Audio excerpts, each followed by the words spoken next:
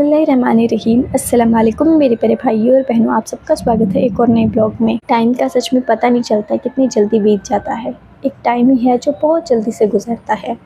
अब देख लो, मुझे यहाँ आए ही अपने घर से 4-5 महीने हो चुके हैं और जिस टाइम मैं आई थी उस टाइम रमज़ान की तैयारियाँ चल रही थी। रमज़ान के बाद मीठी ईद आई थी और उसके बाद हमें इंतज़ार था बकरा ईद का। अब जैसे कि बकरा ईद भी आकर जा चुकी है। आप सबकी बकरा ईद कैसी गई है मुझे कमेंट करके ज़रूर बताना। जैसे कि बकरा ईद पर चिकन, मटन, गोश्त ये तीनों चीज़ें हर किसी के घर में बनती हैं और 3 दिन तक चलती हैं। बकरा ईद तो वैसे एक ही दिन की होती है, बट ये 3 दिन तक क्यों चलती है मुझे ये चीज़ भी कंफर्म करके ज़रूर बताना। और इन 3 दिनों तक लगातार हम चिकन अपने घर पर भी बनाते हैं नॉनवेज, और आस पड़ोस वालों को देते भी हैं और उनके घर से भी हमारे पास आता है। मतलब कि खुद भी खाते हैं और दूसरों को भी खिलाते हैं। और इसी तरह जो मेरी फ्रेंड है यहाँ पर नूरी, वो भी यहाँ मेरे पास आई थी और उस दिन वो चिकन लेकर आई और मैंने यहीं पर चिकन बना के खाया था। क्योंकि मैं सिर्फ अभी चिकन ही खाने लगी हूँ, मैंने अभी मटन, गोश्त जैसी चीज़ें नहीं खाई हैं। क्योंकि जब मैं अपने घर पर थी तब भी जैसे कि मेरे जो पापा हैं, मेरा जो भाई है, मेरी जो भाभी है, उनके बच्चे हैं, वो सब तो नॉनवेज खाते हैं। बट जो मेरी बड़ी सिस्टर है और मैं ना और मेरी मम्मी, हम तीनों मतलब कि चिकन, नॉनवेज ऐसा कुछ नहीं खाते थे। यहाँ तक कि जो एग होते हैं, अंडे, वो भी हमने नहीं खाए हैं। और चिकन भी मैंने यहीं पर आकर खाना शुरू किया है। जैसे कि मैं अपनी फ्रेंड के घर गई थी, नूरी के घर, तो फर्स्ट टाइम मैंने चिकन उन्हीं के घर पे खाया था। उन्होंने चिकन बिरयानी बना रखी थी। और सेकंड टाइम अब वो ईद के मौके पर वो खुद मेरे पास चिकन लेकर आई थी। क्योंकि मैं अकेली नॉनवेज वाली शॉप पे नहीं जाती हूँ, मुझे आदत नहीं है पहले से ही जाने की। बट धीरे धीरे मैं अपनी आदतों को चेंज कर रही हूँ। इतना कुछ बदल चुका है मेरी लाइफ में, तो आगे भी बहुत कुछ बदलना भी बाकी है। और रही बात मटन और गोश्त की, तो धीरे धीरे इंशाल्लाह वो भी खाने लग जाऊँगी। जैसे कि जब मैं किसी फैमिली में सेटल हो जाऊँगी तो वहाँ पर तो गोश्त खाना भी पड़ेगा और बनाना भी पड़ेगा। और आज मैं आप सबसे जो बात शेयर करने वाली थी, वो ईद पर मेरे पापा का कॉल आया था।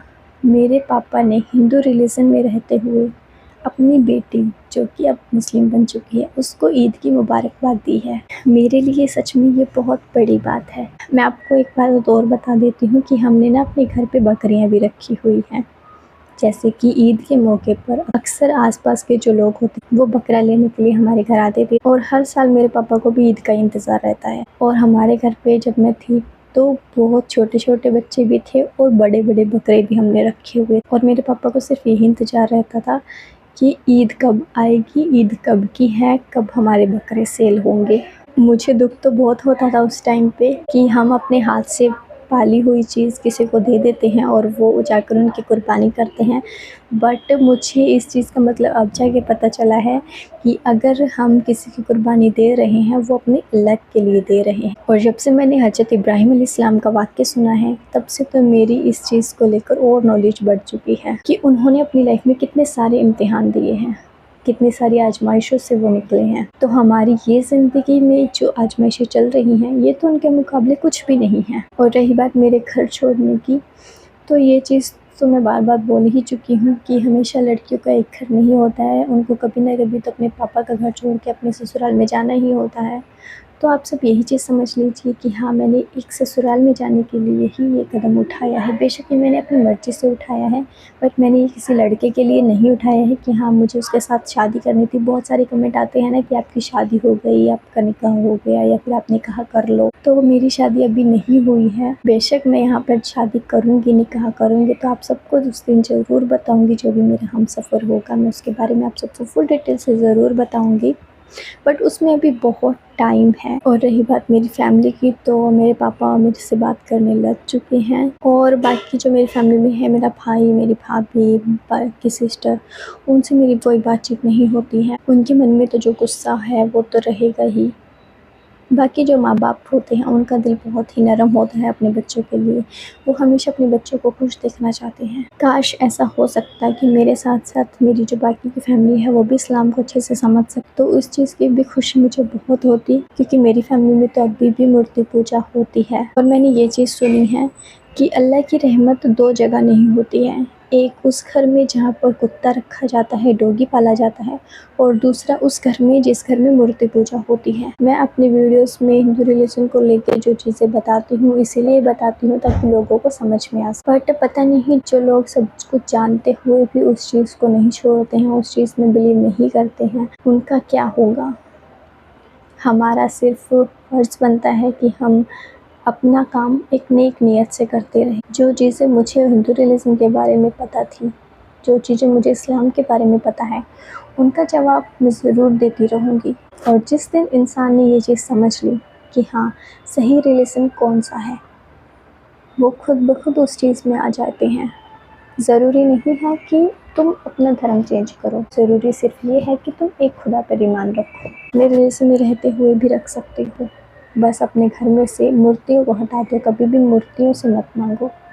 नमाज को कायम करो, बिना किसी को पता चले भी तुम ऐसा कर सकते हो। बट लड़कियों के लिए जैसे कि मेरे लिए अपने घर पर रहकर ये सारी चीज़ें फॉलो करना इतना आसान नहीं था, बट फिर भी मैंने जितना हो सका उतना किया है। और जब मुझे नहीं लगा कि हाँ अब मैं नहीं कर सकती हूँ, तब मैंने जाके ये बड़ा स्टेप उठाया है। और उसके बाद मेरे अल्लाह ने मेरा इतना साथ दिया है कि आज मैं जो हूँ अपने अल्लाह की रहमत की वजह से हूँ और आप सबके सपोर्ट की वजह से हूँ। ऐसा नहीं है कि घर वालों की याद नहीं आती है, बात करने का मन नहीं करता है, आती सबको है। जिस बच्चे ने अपने घर पे अपनी फैमिली के साथ 22 साल गुजारे हों, उसको क्यों नहीं याद आएगी अपनी फैमिली की, क्यों नहीं याद आएगी अपने आस पड़ोस की। बट वही है जो बच्चा मैच्योर हो जाता है, समझ आ जाती है सही और गलत की, तो उसको उन चीज़ों को छोड़ना पड़ता है जो उसके लिए सही नहीं होती है और उन चीज़ों को अपनाना पड़ता है जो उसके लिए सही होती हैं। और ये चीज़ें टाइम रहते समझना बहुत ज़रूरी हो जाता है। आज की वीडियो में आपको सिर्फ यही चीज़ बताना चाहती थी कि बकरा ईद के ख़ास मौके पर मेरे पापा ने खुद मुझे कॉल कर ईद की मुबारकबाद दी है और मेरे लिए ये बहुत बड़ी बात है। और ये चीज़ मैं आप सबसे भी शेयर करना चाहती थी क्योंकि मैं अपनी लाइफ में होने वाली हर चीज़ आप सबसे शेयर करना चाहती हूँ। मैं आप सबसे कुछ भी नहीं छुपाना चाहती क्योंकि आप सब ने मेरा उस टाइम पे साथ दिया है जब मुझे कहीं से कोई उम्मीद नहीं थी। आखिर आप सब ने भी मुझे अपनी एक बहन की तरह, अपनी बेटी की तरह माना है, तो मेरा भी फ़र्ज़ बनता है कि मैं एक बहन, एक बेटी होने का फ़र्ज़ अच्छे तरीके से निभाऊँ और अपनी लाइफ हर रिलेटेड बात आप सबसे शेयर करूँ ताकि आप सब मेरे दुख में दुखी हों तो खुशी में खुश भी ज़रूर हों। ऐसी बहुत सारी लड़कियां हैं जिन्होंने मुझे इंस्टा पर मैसेज किया हुआ है कि हम भी इस्लाम में आना चाहती हैं बट फैमिली की वजह से नहीं आ रही हैं, या फिर हम किसी मुस्लिम लड़के से शादी करना चाहते हैं बट हमारे घर वाले नहीं मानेंगे। तो उनको तो मैं सिर्फ इतना ही बोलना चाहूँगी कि तुम्हें जो करना है तुम खुद के लिए करो और अपनी आगे की लाइफ देखकर करो। ऐसा ना हो कि टाइम रहते तुम कुछ कर ना पाओ और फिर बाद में जब टाइम निकल जाए तब तुम्हें पछतावा हो। तुम किसी मुस्लिम लड़के से अगर शादी भी करती हो, वो सिर्फ एक ज़रिया है तुम्हारे लिए अल्लाह की तरफ से हिदायत मिलने का, क्योंकि ऐसे बहुत कम लोग होते हैं जो बिना किसी लड़के के चक्कर में पड़े उनको खुद अल्लाह हिदायत देता है। वो खुद उस चीज़ के बारे में पढ़कर नॉलेज लेकर ही इस्लाम को एक्सेप्ट करते हैं। बल्कि अगर तुम किसी लड़के के थ्रू इस्लाम में जा रही हो तो वो भी अल्लाह की तरफ से एक हिदायत ही होती है कि उस लड़के को ज़रिया बनाया है तुम्हारे आगे के कर्मों को सही करने का, तुम्हारी जो पिछली लाइफ में गुनाह हुए हैं उनको एक नया जन्म मिलने का। मैं तो सिर्फ उन लोगों को यही चीज़ कहना चाहूँगी कि यही ज़िंदगी हमेशा नहीं रहने वाली है, ये ज़िंदगी तुम्हारे सिर्फ कर्मों के लिए है। तुम चाहे अच्छे कर्म करो, तुम चाहे बुरे कर्म करो, हिसाब तुम्हारा एक ना एक दिन होने ही वाला है और वो बहुत जल्द होने वाला है। मुझे सच में क़यामत के दिन से बहुत डर लगता है कि उस दिन का मंज़र कैसा होगा। बट हम सिर्फ एक ही काम कर सकते हैं, अपनी इस ज़िंदगी में रहकर एक नेक काम करें, अच्छे काम करें और जो ज़िंदगी हमें अल्लाह ताला ने दी है उस ज़िंदगी को पूरी तरह से अपने अल्लाह की इबादत करने में बिताएं। जो भी हम पर चीज़ें फ़र्ज़ हैं उनको हम कभी ना भूलें। इसके साथ ही मैं आज की वीडियो का एंड करती हूँ। अगर आपको अच्छी लगे तो प्लीज़ लाइक कर देना, कमेंट करके ओपिनियन ज़रूर शेयर करना, चैनल पर नए हो तो सब्सक्राइब कर लेना और आप सब अपना ख्याल रखिए, खुश रहिए, बाय बाय, टेक केयर, अल्लाह हाफ़िज़।